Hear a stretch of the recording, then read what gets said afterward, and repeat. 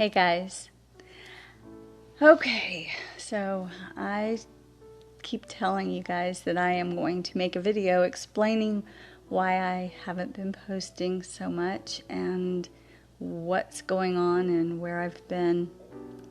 So, ta-da, I'm finally doing it.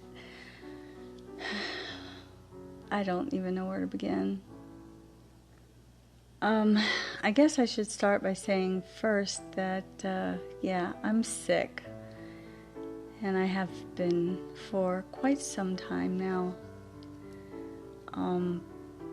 Unfortunately, we're still trying to figure out what's wrong, what it is, but about, I don't know, maybe a year and a half ago, I started feeling pretty run down. I just kept getting more tired as time went on. I just kept getting more exhausted.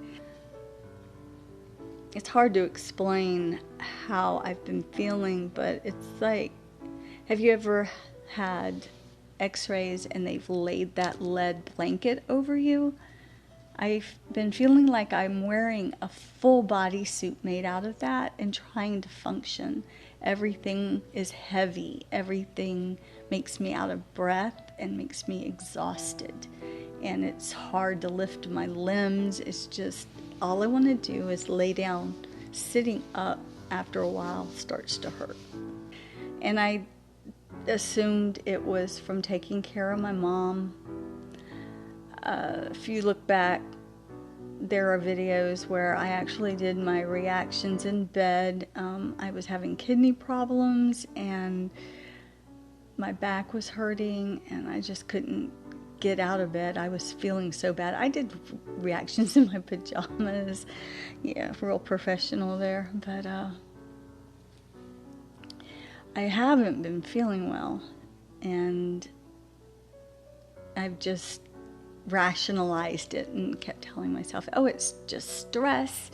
There's just so much going on with my mom and I worry about her and I'm not eating and sleeping properly. You know, things will get better when she gets better, kind of thing.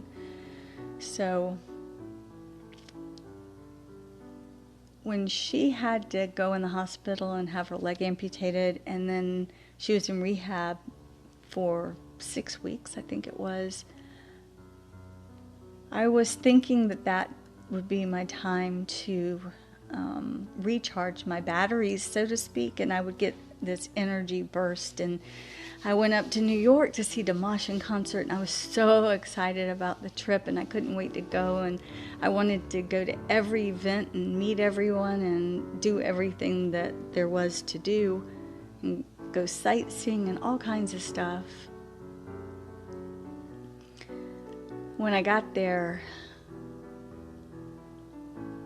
I really had a hard time getting up and getting dressed and getting out of that hotel room.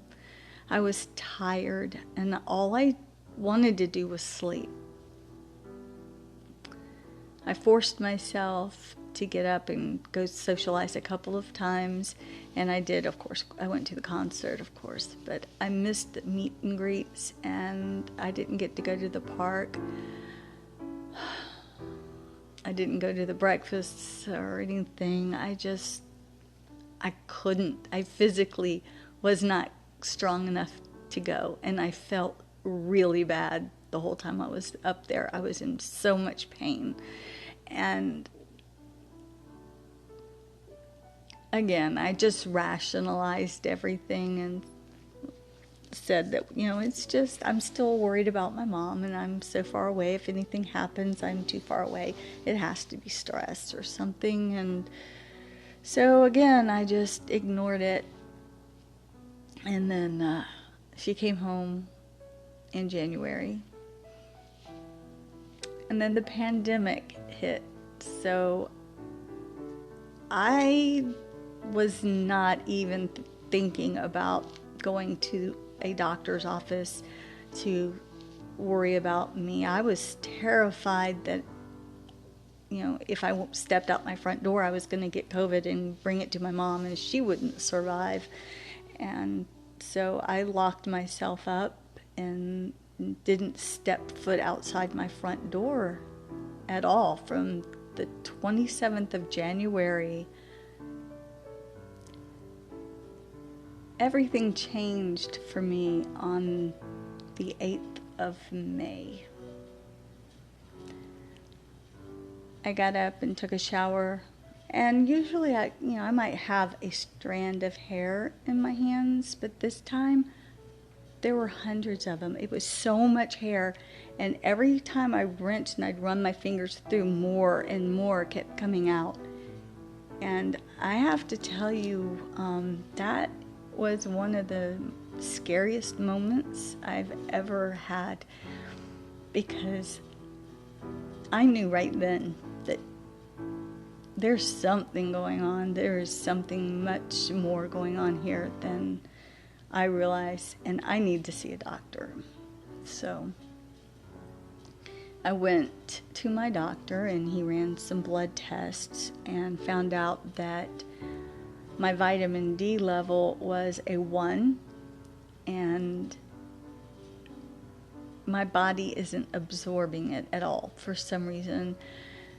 I do take multivitamins, so there should have been something in there. All of my other vitamins and minerals seemed to be fine, but for whatever reason, vitamin D was just not existing in my system. So he decided to send me over to an endocrinologist to find out if there was something going on that was causing my hair to fall out. And he put me on 10,000 milligrams or micrograms, whatever it is, 10,000 units of vitamin D every day. So that's a lot for those of you who don't take vitamin D. Yeah, that is a whole lot. So I went to the endocrinologist, and she took a bunch of blood and ran some tests to check for, thyroid and all this stuff. And the test came back, and they were, I guess,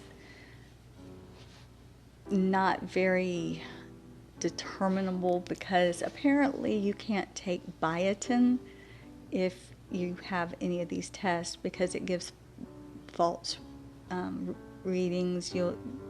It'll look like you're fine, but the biotin messes up all kinds of test results. Anything with enzymes, your heart or anything, if you're on biotin, your results aren't going to be accurate.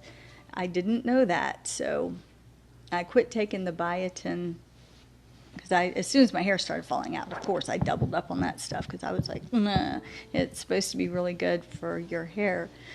But I had to stop taking it for a week, and then had to go back up there and have the test results, or test done again. And they gave, let me try that again.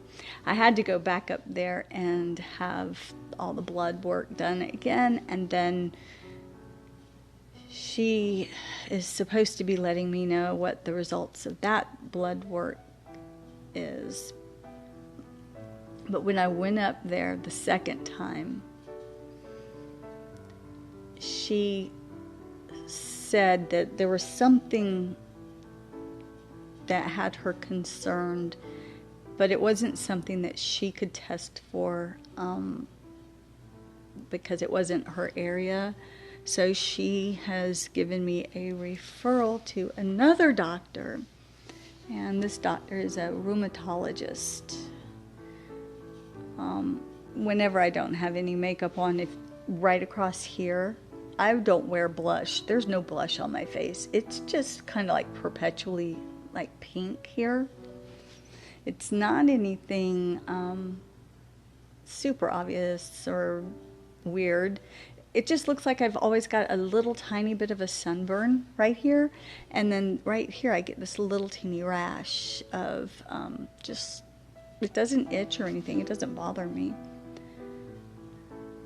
But apparently that is a sign of an immune disease or autoimmune disorder. I guess that's how she put it. So she wants me to go to the rheumatologist to get tested for something called lupus. I'm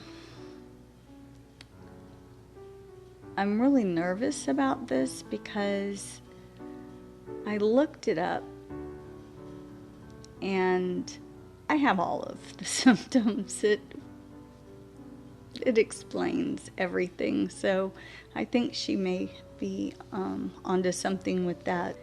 The week in between my first blood draw and my second blood draw, I just nosedived.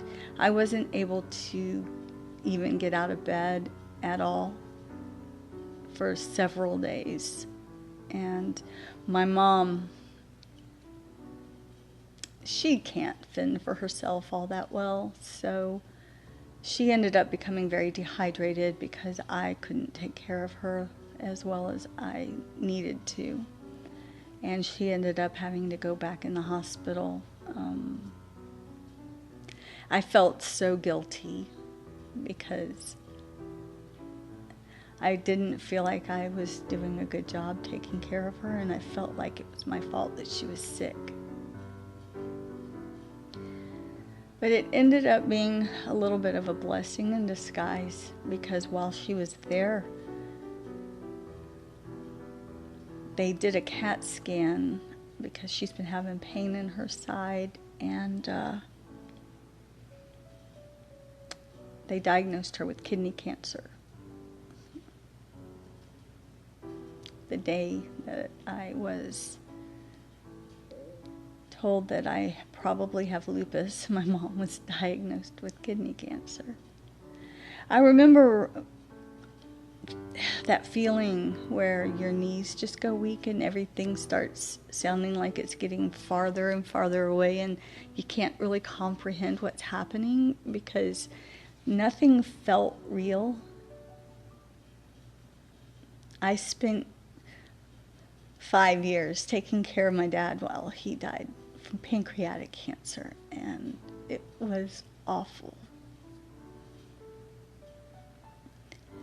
And even the thought that that could be in my future again with my mom, just thinking about the possibility just makes me sick. And I'm scared because I don't know yet what's going on with me. But the way I've been feeling, if she has to go to chemo every day like I had to do with my dad, I don't know where I'm going to get the strength to do it because there are days when I can't even get up and eat, you know? I told myself I wasn't going to cry. Okay, anyway.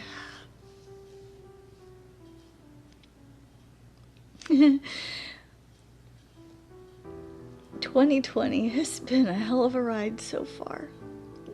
Anyway, that has been the reason why I have been a little sporadic with my posting and why you don't see me as often as you did when I first started doing my videos. I used to do them daily and I just always had all this energy and just I enjoyed it, and I still do enjoy it. I just don't have the energy, and it hurts to sit up to make the videos, and I get so tired I fall asleep in the middle of editing them, and it just takes forever, and I get confused easy.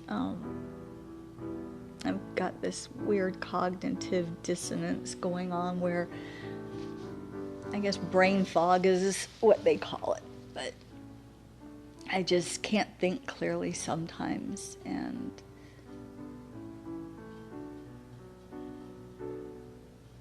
it's just one of those things in life that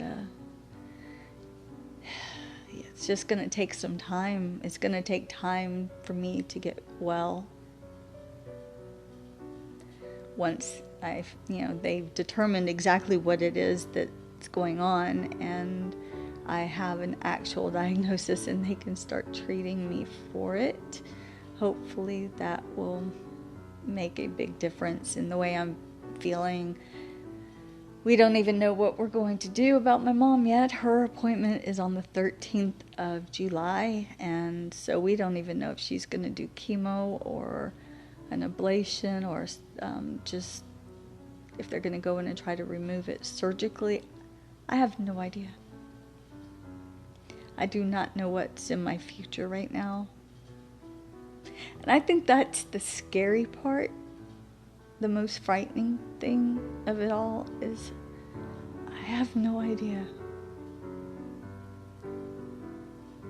But I've got this sense of dread. So, for those who keep telling me that I look tired or that I look sad, I am.